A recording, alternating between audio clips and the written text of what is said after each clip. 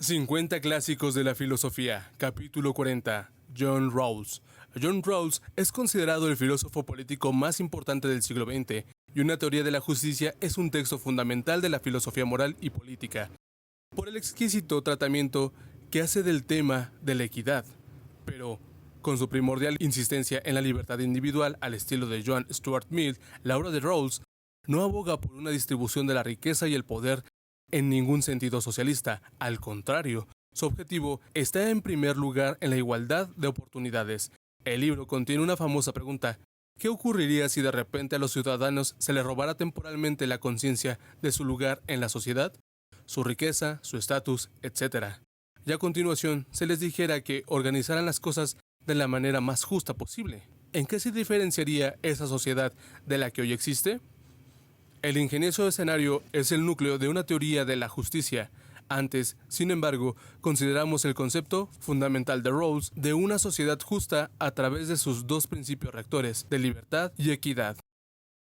La posición original y dos principios rectores. Como filósofo político, en Rawls influyen profundamente las teorías tradicionales del contrato social de Locke y Rousseau, según las cuales los ciudadanos renuncian voluntariamente a su libertad a cambio del orden y la protección del Estado. En estas teorías, el estado de naturaleza es la posición original previa a cualquier sistema de leyes o de justicia. Rousseau, por ejemplo, compara los costes y beneficios de tal estado con la vida de una sociedad basada en la ley, y concluye que lo que se pierda queda más que compensado por lo que se gana. Rawls tiene su propia posición original, en la que un grupo de personas libres se une para imaginar posibles principios por los que se pueda ordenar con justicia una sociedad. Entre ellos están principios utilitaristas, la mayor felicidad para el mayor número; principios institucionistas, los que los ciudadanos consideran apropiados o aceptables; y principios egoístas, la sociedad se ordena, si es que lo hace, por el exclusivo beneficio del individuo. Imaginemos que estamos en este grupo. Entre esos conjuntos alternativos de principios, debemos tomar una decisión basada en la incertidumbre.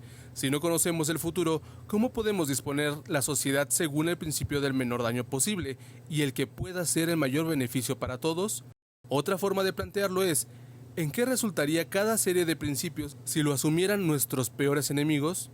Si, por ejemplo, decidimos basar la sociedad en principios egoístas, podemos imaginar que sería estupendo para algunas personas que tienen acceso a muchos recursos y ventajas, pero terrible para otras que carecen de ellos. Rawls propone sus propios principios por los que podía guiar una sociedad justa. Debe haber unas libertades fundamentales, por ejemplo, de expresión, de asociación, de religión. Las desigualdades, que son consecuencia inevitable de la libertad, se deben gestionar de modo que se procuren los mayores beneficios para quienes estén en peores condiciones, entre ellos una total igualdad de oportunidades. La primera norma prioritaria en que se basan estos principios es que la libertad solo se puede limitar si con ello se propician otras libertades. En palabras de Rawls, una libertad menos extensiva debe fortalecer el completo sistema de libertad del que todos participan. La segunda norma prioritaria es que la justicia siempre es más importante que la eficiencia o la utilidad de los resultados. Concretamente, la igualdad de oportunidades es más importante que conseguir un determinado resultado para toda la sociedad, o lo que el gobierno pueda pensar que es bueno para las personas. El individuo es más importante que la masa, porque cualquier beneficio general para la sociedad que se pudiera obtener en sentido utilitarista se debería producir después de que todos tuvieran la oportunidad de mejorar, o debería ser consecuencia de esa oportunidad. El velo de ignorancia como camino a la justicia. Para Rawls, el gran problema de las teorías actuales para alcanzar una sociedad justa está en los sesgos y prejuicios de quienes deben aplicarlas. Para resolverlos, proponen su famoso velo de ignorancia. Todos los miembros de la sociedad acuerdan una amnesia voluntaria y temporal.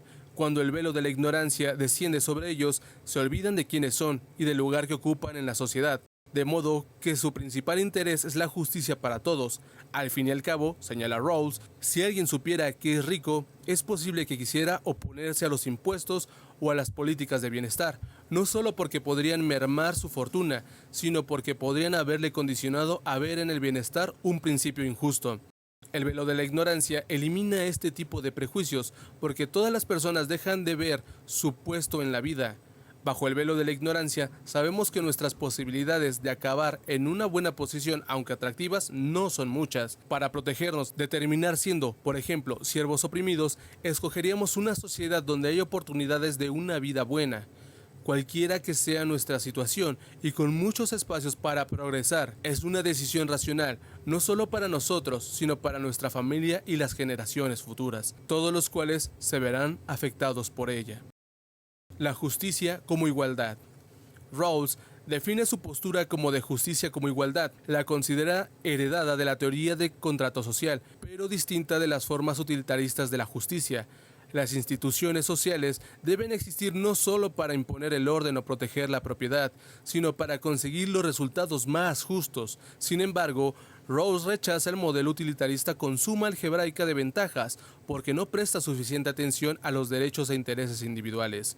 Para él, el mayor bien nunca se debe imponer a la pérdida de libertad de algunos. Da por supuesto que toda la sociedad padece escasez de recursos y por consiguiente, quien recibe qué y cuánto se convierte en un asunto fundamental. Aunque algunos lo puedan entender negativamente en términos de redistribución, Rawls lo plantea como justicia social, la cual implica derechos pero también responsabilidades, o la adecuada contribución de los beneficios y las cargas de la cooperación social. Las personas no nos ponemos de acuerdo sobre qué es la justicia y la igualdad, en cambio, sí convenimos en que la sociedad ha de estar regulada por una idea de justicia. Para la mayoría de nosotros, señala Rawls, las instituciones son justas cuando no se hacen distinciones arbitrarias entre las personas al asignar los derechos y deberes fundamentales, y al determinar el debido equilibrio entre las demandas en competencia en beneficio de la vida social. El problema de las instituciones actuales es que tienden a beneficiar a unas personas en detrimento de otras, no por ningún mérito particular, sino simplemente por la circunstancia fortuita de dónde haya nacido o de su afortunado punto de partida en la vida. Por lo tanto, la principal tarea de la justicia es eliminar la discriminación de las personas basada en factores o características que éstas no puedan controlar. Dada su insistencia en la libertad, Rawls en ningún momento sugiere que esa sociedad ideal vaya a ser de perfecta igualdad, sino solo que la desigualdad de estatus o riqueza donde exista únicamente se produzca después de que se haya habido en primer lugar un campo de juego exactamente igual para todos. Es posible que para dirigir las organizaciones haga falta jerarquías, pero solo después de que exista un pleno y libre acceso al empleo y los puestos de trabajo. Aunque la sociedad basada en la promoción por méritos pueda ser ideal, solo consigue su perfecta expresión si existe igualdad de oportunidades para conseguir los méritos. Crear la sociedad justa. En la segunda parte de Una teoría de la justicia, Rawls imagina que sus ciudadanos, después de decidir los principios rectores de una sociedad justa, se ponen a trabajar, elaboran una constitución y desarrollan unas leyes. Solo después de ese proceso se levanta el velo de la ignorancia, y todos los implicados pueden ver su puesto en la sociedad. El énfasis acordado en la libertad hace de la sociedad un eco de la Constitución estadounidense. De hecho, acaba por parecerse a una democracia liberal, con cuerpos de legisladores, tribunales independientes, etc. Algunas de sus otras características serían la enseñanza pública, unos salarios sociales mínimos, una economía abierta y competitiva y la prevención de los monopolios. Por un principio de ahorros justos, la generación actual debe reservar fondos para las venideras. En la tercera parte, Rawls muestra que una sociedad basada en la justicia como equidad también será una sociedad buena y estable, porque todos sus miembros comprenderán que les ayuda a prosperar personalmente, con lo que también se beneficiarán sus familias. En ello invierte asimismo la psicología humana. Si vemos que la equidad beneficia a todos, el incumplimiento de la ley plantea problemas no solo legales, sino sociales, unos problemas que las personas intentarán evitar. Participar de un sistema justo es sentirse justo a uno mismo, de modo que la sociedad basada en la justicia tiene beneficios personales tanto como públicos. Recordando a Rousseau, Rawls señala: el deseo de expresar nuestra naturaleza como un ser racional libre e igual solo se puede cumplir actuando sobre los principios de derecho y justicia para darles absoluta prioridad. Al acceder a formar parte de una sociedad justa y bien ordenada, Paradójicamente vivimos la libertad, no tenemos que luchar por la supervivencia ni por los derechos, y nos podemos proponer los fines que deseemos. Pero, por encima de todo, una sociedad basada en la justicia como equidad se ajusta perfectamente a nuestra naturaleza moral. Si tenemos el corazón correctamente dispuesto en relación con lo demás, todos los otros bienes seguirán de forma natural. El problema de la idea utilitarista es que se consideran máquinas de satisfacer nuestros deseos. No es viable como modelo a largo plazo de una sociedad buena. La idea de Rawls, por el contrario, tiene en cuenta todos los aspectos de nuestra naturaleza, los nobles y los innobles. Comentarios finales. El equilibrio al que Rawls intenta llegar con sus dos principios es conservar las libertades al tiempo que se mejoran las oportunidades. Donde existe desigualdad, habrá que emplearse en conceder los mayores beneficios posibles a los más necesitados de la sociedad. Pero, como muchos han señalado, una sociedad dispuesta para reducir la desigualdad significa inevitablemente una mano más dura del Estado y, en consecuencia, un recorte de las libertades. Anarquía, Estado y Utopía, el manifiesto libertario de Robert Nozick, señala la paradoja inherente de los principios de Rawls. Dice Nozick: los individuos poseen derechos, y hay cosas que ninguna persona ni grupo pueden hacerles sin violar sus derechos. Tan fuertes y perennes son estos derechos que plantean la pregunta de qué pueden hacer el Estado y sus funcionarios si es que pueden hacer algo. ¿Qué espacio dejan al Estado los derechos individuales? Solo queda espacio para un Estado mínimo que proteja contra la violencia, el robo y el fraude, y exige el cumplimiento de los contratos. Todo lo demás obligará a las personas a hacer cosas por algún bien superior, con el que se puede no estar de acuerdo. Aunque la idea de Rawls insistía con espíritu noble en la libertad, señalan los críticos, en realidad sienta el principio de un gran estado de bienestar, que lleva la igualdad de oportunidades a sus extremos.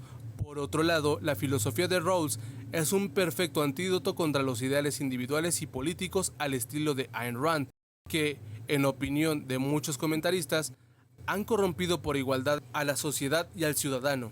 En cualquier caso, hay que admitir las buenas intenciones y la humanidad de una teoría de la justicia. Su alcance e imaginación la convierten en contrapunto actual de La República de Platón. Ambas ofrecen la visión de una sociedad justa, una basada en la igualdad para todos, la otra en el conocimiento superior de una clase de élite. Pese a todas las diferencias de contenido, el velo de ignorancia figura junto a la alegoría de la caverna de Platón como una de las grandes imágenes de la filosofía. John Rawls. Rawls nació en 1921. Su acomodada infancia y juventud en Baltimore, su padre era un prominente abogado. Estuvo lastrada por la enfermedad y muerte de sus dos hermanos. Antes de pasar a la Universidad de Princeton, estudió en la Kent School privada de Connecticut. Fue un alumno aventajado y pensó en entrar en el seminario episcopaliano. Después de graduarse con matrícula de honor en 1943, ingresó en el ejército y fue destinado al Pacífico. En Japón, fue testigo de las consecuencias del bombardeo de Hiroshima por parte de Estados Unidos.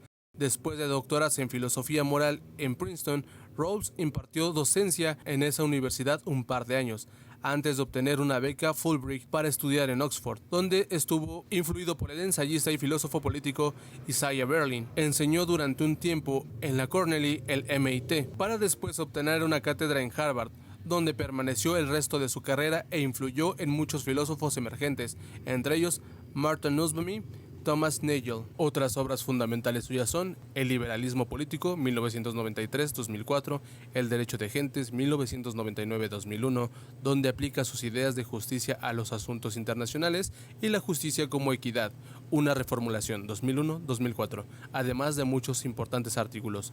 En 1999, Bill Clinton le entregó la Medalla Nacional de Humanidades, señalando que sus ideas habían ayudado a toda una generación de eruditos americanos a revivir su fe en la democracia. Ese mismo año, Rawls obtuvo el premio Schock de Lógica y Filosofía.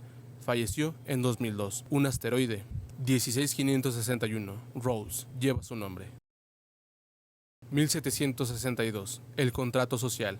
Renunciar a la libertad es renunciar a ser hombre, a los derechos y a los deberes de la humanidad.